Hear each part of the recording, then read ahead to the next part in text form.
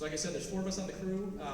Matthias and Kayla are on the right, and then I'm on the left. We're the 3 rookies. Tom has flown 3 times in space before. He flew on a space shuttle and the Soyuz. This is us at SpaceX. It's what the SpaceX production facility looks like. And so we got the benefit whenever we were out training, we could also see our capsule being built, which is pretty cool, and watch it being developed. This is the training facility in Houston. And then this is some of the science we did on orbit. Like I mentioned, we do baseline testing on the ground so that we can compare to what happens in space. This is a virtual reality trainer for how we practice some spacewalks when Matthias and I were running the arm, and then Kayla and Tom were running virtual reality of the spacewalk. I mentioned this is the T-38, that's what it looks like. So Tom and I were the commander and pilot of the SpaceX vehicle, the Crew Dragon Endurance, and so we also flew the T-38 as part of the training to get a better sense of how the other person thought, how they reacted under pressure, and so it was hugely beneficial to be able to fly with the person you're going to fly with in space. I mentioned the NVL, that's what these next few pictures are going to be. So they take you into a time, just like you would in a spacewalk. You'll see all those people with the yellow tanks are the divers that are assisting us.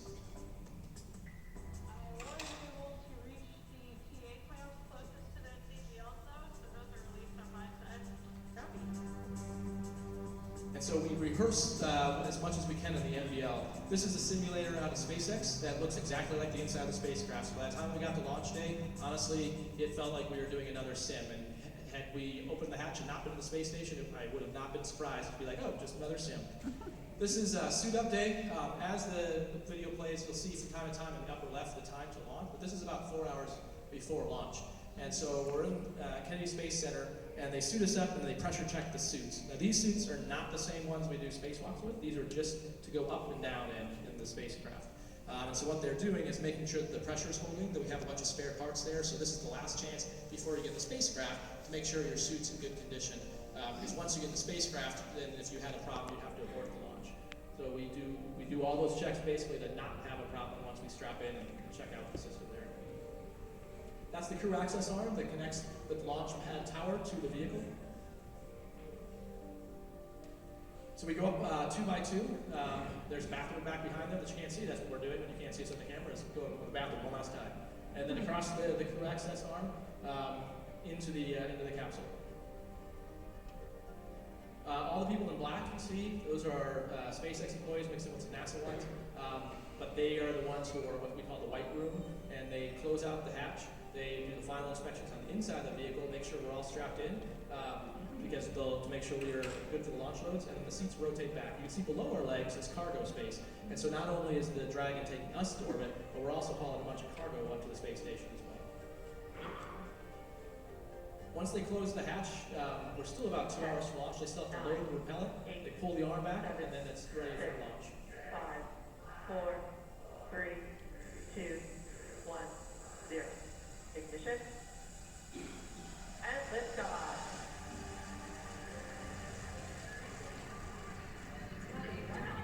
It's a 2-stage rocket, meaning the first stage gets us supersonic and about as high as an airplane goes, and the second stage ignites and takes us the rest of the way forward.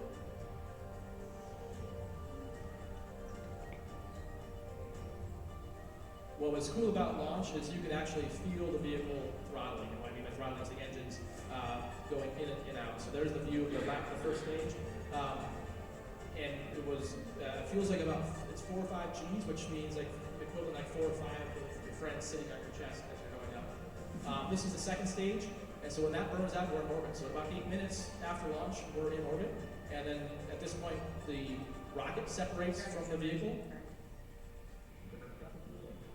Dragon, CE, welcome to orbit.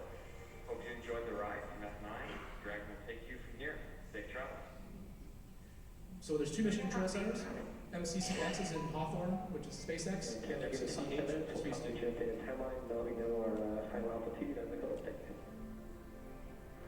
Good evening, Europe. Guten Abend, Deutschland. This is Endurance. Crew Dragon 3. We're flying currently along Italy, heading towards Northern Europe. Our glass is the turtles, which is why Kayla has the floating turtles back there, so that is our plush toy we brought with us. We just saw a few minutes ago our final destination, the International Space Station, floating in space and shining like a diamond, only 30 kilometers forward of us. And that was such an emotional moment. We all felt very thrilled, very excited. You see the nose cone is now open on the Dragon, so we open the nose cone and then get back in our seats for rendezvous and docking.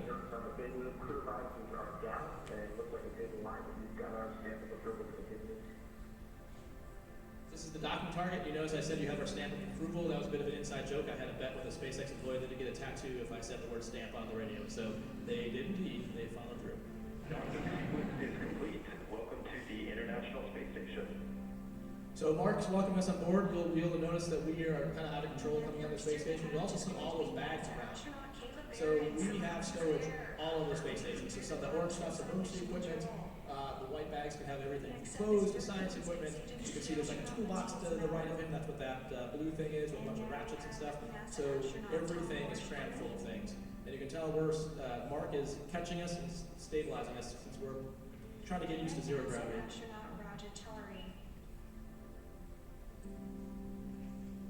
So once we were on board, it was time to get to work. And part of our job actually is, one of the most enjoyable parts is talking to the ground and talking to schools, talking to groups from orbit. And so we set that up. We have cameras that we use up there, both for doing talking to schools, but we also use those same cameras, or the same ones the ground's able to watch us. So we're pretty much always on camera, not because they're spying on us, but so they can see and help us with the science. So just like a lab on the ground, we have some freezers. This is a minus 80-degree freezer, and that's where you put samples, whether it's blood, skin, things like that, whatever we're collecting, and freeze it until it comes back to the ground. This is a plant experiment. There's a centrifuge that can have different levels of gravity force to see how that affects the space. This is the same experiment you saw Kayla and I doing on the ground, but now doing in space. This is the one for people who have sensory issues from either a disability or an accident. This is plant research, kind of varying the light and then the way we deliver water and nutrients to the plant. So we can grow plants in space. We already know how to do that, but it takes a lot of time. And so kind of the next level of experimentation we're doing is how to do it without taking as much crew time. Because crew time is very valuable. It means we're not doing something else if we're sitting there watering plants. So we're trying to come up with more automated ways to do that to let us move on to other things. Those are basically autonomous flying robots that we're trying to use to do more menial tasks like find lost items or listen for sounds of malfunctioning equipment. This is combustion research, and so flames in orbit are circular, not vertical, because there's no gravity force. And then Kayla's working on an airlock. So this is another airlock that's meant for payloads. You can put payloads into and then test them in vacuum and bring them back in and investigate them. We have glove boxes, so anything that's either toxic or has something that could be contagious or skin cells that you don't want contaminated, you would do that in the glove box. This is the cupola, our most favorite place. And so this is basically a downward-looking bay window on the space station. And so this is pretty much where everyone goes if they have free time. Or if you have any free time in the evenings or on the weekends, you're usually hanging out in the cupola just looking outside. We know that spaceflight affects your vision. It has a lot of the same effects as people who are aging who have vision loss, and so one of the things we do is study that and study how that eye pressure changes. Tom is doing skin cell research here, so that's what you'll see him in a second projecting into these different dishes, and it has to do also with some aging studies and trying to figure out what it is about cells, what's the activation source for aging and the trigger for that. I mentioned visiting vehicles, and there's kind of constant people coming and going. This is what it looks like when a Russian vehicle docks. You saw that screen with the different Russian writing on it. So they have two vehicles. They have an uncrewed vehicle and a crewed vehicle. They look pretty much the same. One has people and one doesn't. And we use cargo vehicles to bring us food, water. We use them to take trash back down. And then this is the spacewalk you saw them training for on the ground.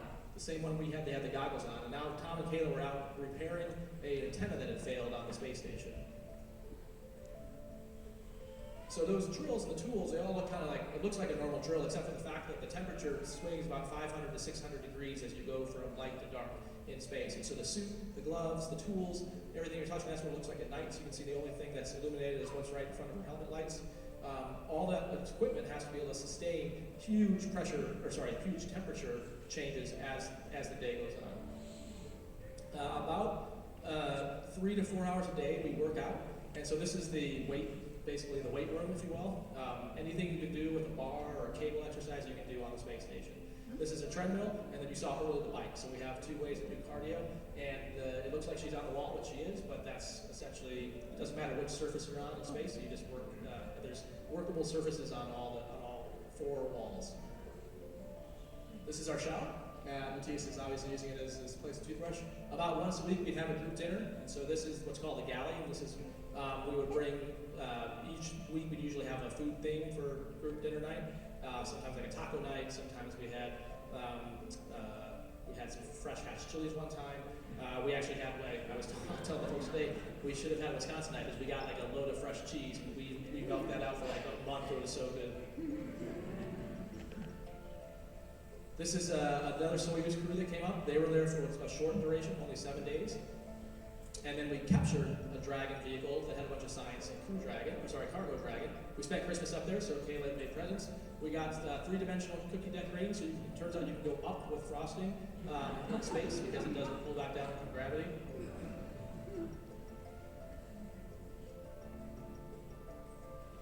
My favorite place to eat was the ceiling, and again, it doesn't matter, but there was like a little place up there you could plug yourself in.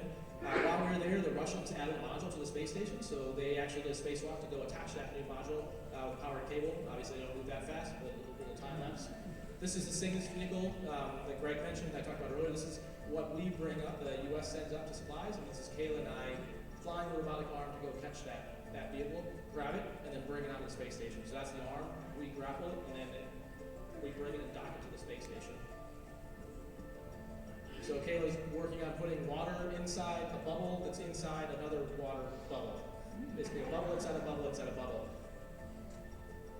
It's also just fun to float. That's probably the thing I miss most about space is just floating and how light everything is.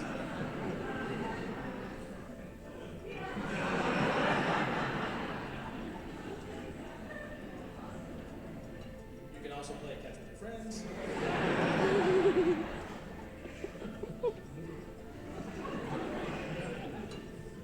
Then it was time, the next big event was Kayla and I did a spacewalk. So ours was to install new structure for solar panels, and this was the first all-turtle spacewalk. So Kayla and I were in the same training class in 2017, so it's pretty cool. I did actually more than half my spacewalk training in the NBL with Kayla, and so it was very natural to come out the airlock and see her, and we had done this so many times in the pool that it was very reassuring, and it was pretty awesome to have two turtles out the door. A new Soyuz crew showed up, so another 3 cosmonauts. And so at this point we have 10 people on the station. And then right after that we got ready for another spacewalk. So this time Matthias and I went out the door, and our job was to install some new jumpers that could reroute cooling, because we had many years ago a leak in one of them, and we had lost about an eighth of the cooling in the space station, so we were fixing that. You saw that new Soyuz crew show up, which meant it was time for Mark, Piotr, and Anton to go home. Mark and Piotr had been there for a year, so they were ready to go. And then we were also there for the first commercial private astronauts to show up. They were there about 12 days. It was the first time we've done that in U.S. history. So SpaceX launched private astronauts to the space station who came there and then left. Then very shortly after, Crew 4 showed up, and they're the crew that replaced us. So at this point now we have 11 people on the space station. We have that overlap for about a week. That's about as long as you want to go to be able to maintain the life support systems. You can do it longer, but it starts to wear down the systems. And so then Crew 4, once they're trained up, then it's time for Crew 3, us, the 4 of us, to get back in and come home. We had a little time to play around the spacesuits though before it's time to strap in. And just another view there too of all the storage we have, so emergency equipment. The blue stuff is actually old workout clothes in that blue bag. Just random stuff all over the place. But as random as it looks, we actually track all of it. So someone on the ground has a master plan of where everything's at. Once we were done playing in the suits, it was time to strap back in and get ready for undock. So the sequence is very similar, except in reverse from launch. So you first have to get away from the space station, and then deorbit, which means you slow the spacecraft down, and eventually spin back down and splash down. That's kind of a look at the displays we're running. And this is the view of us undocking.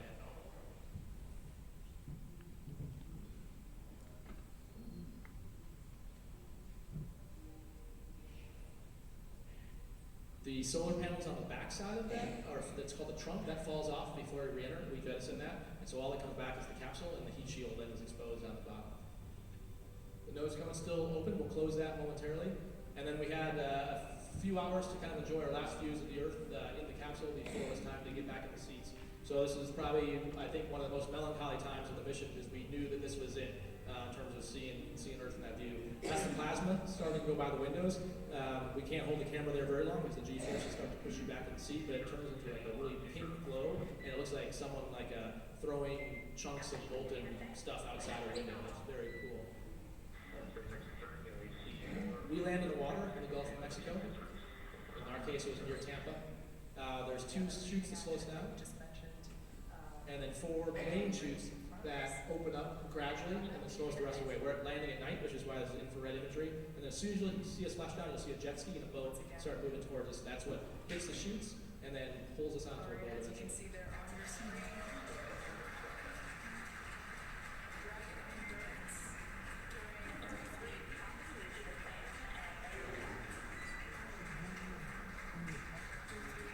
splash down in the Gulf of Mexico off the coast of Florida.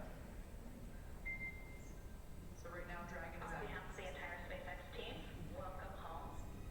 Willkommen auf der Erde. It's been an absolute honor to support you on your You mission. can see this little charred like a marshmallow. That's from the heat on the reentry.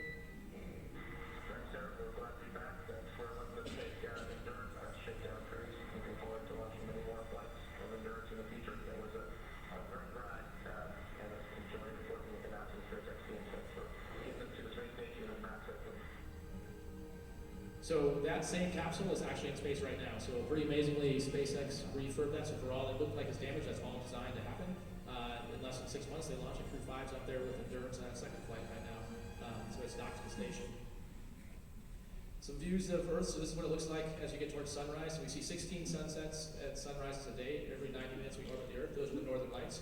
And the cool thing is you can see them every day.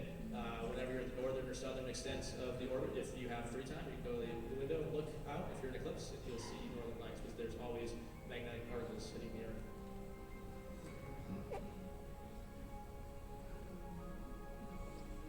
When the sun goes up and the sun goes down, you can see the layers of atmosphere. That's what you're seeing in those refracted layers there.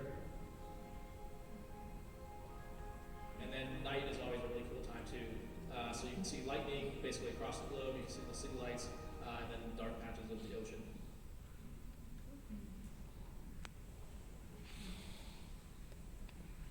All right. So that's the space station. I'm going to talk quickly about Artemis. This will be really quickly, just so you have a general idea of what the systems are, but we're not going to go into a whole